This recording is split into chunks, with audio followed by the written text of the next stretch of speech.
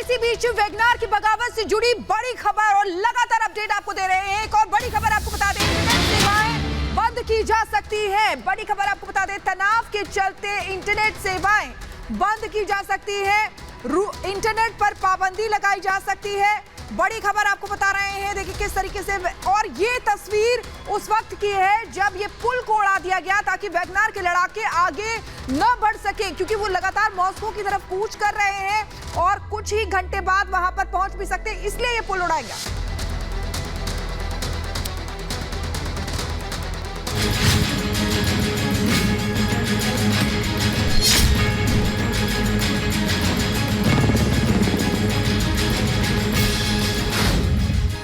बगावत तख्ता पलट किया है। पुतिन के खिलाफ उसी के लड़ाके।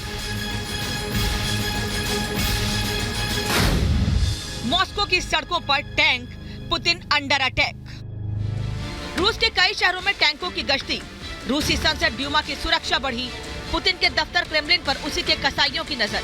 हाईवे जाम, सेना के हेलीकॉप्टर को बनाया निशाना। रूस में बगावत का सबसे बड़ा खतरा, पुतिन के तख्ता पलट किया है। मॉस्को की सड़कों पर जब अचानक से टैंकों की आवाजाही शुरू हुई, वहां की जनता भी हैरान रह गई। रूसी राष्ट्रपति के दफ्तर से लेकर संसद ड्यूमा की सुरक्षा के लिए टैंकों को तैनात किया गया। रूस जिस निजी आर्मी वैगनर के दम पर यूक्रेन को तबाह कर रहे थे, उसी वैगनर ग्रुप ने पुतिन के खिलाफ बगावत का बिगुल फूंक दिया है।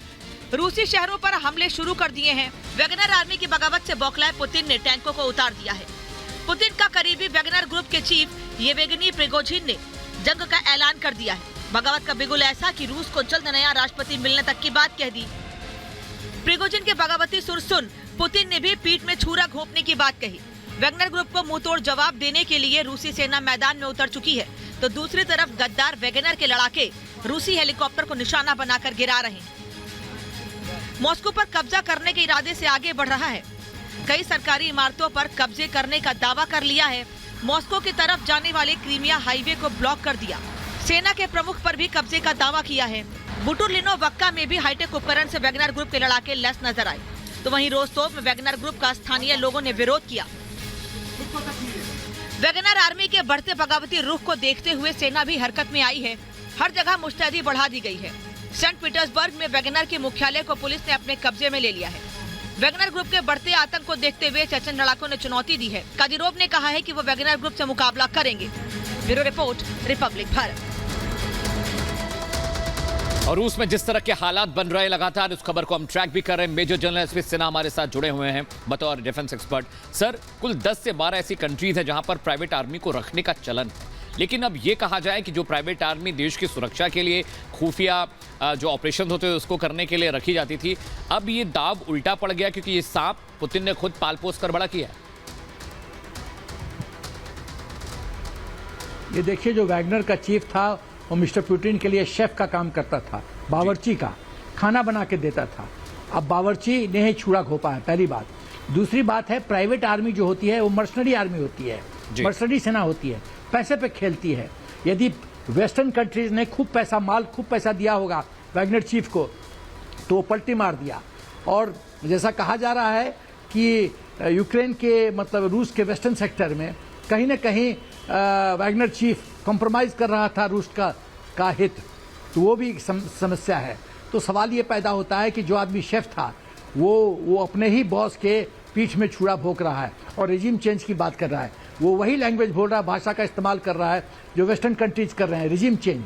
क्योंकि वेस्टर्न कंट्रीज जानता है, वो भी अब बैटल फैटिग फैक्टर से थक गए हैं, वो भी शांति चाहते हैं। यूक्रेन सचमुच में ये सच तो ये है कि वो शांति चाहता है, रूस भी कहीं हद तक शांति चाहता है, बट ये पॉसिबल नहीं है जब तक जेलेंस्की या पुतिन जिंदा है। तो रिजीम चेंज करो, पुतिन को उठा के फेंको, नेक्स्ट प्रेसिडेंट इंस्टॉल करो, उससे शांति की बात करो और यूक्रेन युद्ध खत्म करो। ये एक ग्रैंड स्ट्रैटेजी है और इस ग्रैंड स्ट्रैटेजी में वैगनर चीफ ने विभीषण का रोल किया है, उसने दगा दिया है अपने बॉस को।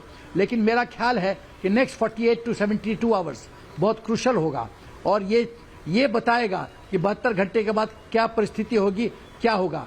लेकिन मौजूदा जो स्थिति है वो भयंकर है, चिंता का विषय मिस्टर पुतिन के लिए, और इसका डायरेक्ट इम्पैक्ट पड़ेगा यूक्रेन वॉर में।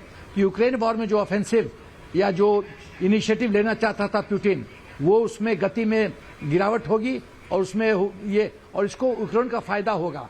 वो यदि ऑफेंसिव प्लान करता है तो पुतिन को 2 फ्रंट वॉर सिनेरियो में लड़ना पड़ेगा, यूक्रेन फ्रंट और होम फ्रंट, तो उसमें उसका स्ट्रेंथ डाइल्यूट होगा। लेकिन सबसे बड़ी बात जो मुझे लगती है, कहाँ है यूक्रेन की रशिया की 8.30 लाख सेना, कहाँ है उसके एयर पावर, कहाँ है उसके एयर डिफेंस कैपेबिलिटी, ये सब क्या मृदुला सिन्हा, एसपी सिन्हा, जो आप कह रहे हैं वो बिल्कुल वाजिब बात है और ऐसे में सवाल ये भी उठता है कि क्या वेस्टर्न कंट्रीज बाहर के लोग ही इनको सपोर्ट कर रहे हैं या फिर कुछ अंदर खाने भीतर खाने लोग भी जो खुलकर सामने नहीं आ रहे हैं इनको आगे लाकर पीछे से पूरा गेम प्लान कर रहे हैं।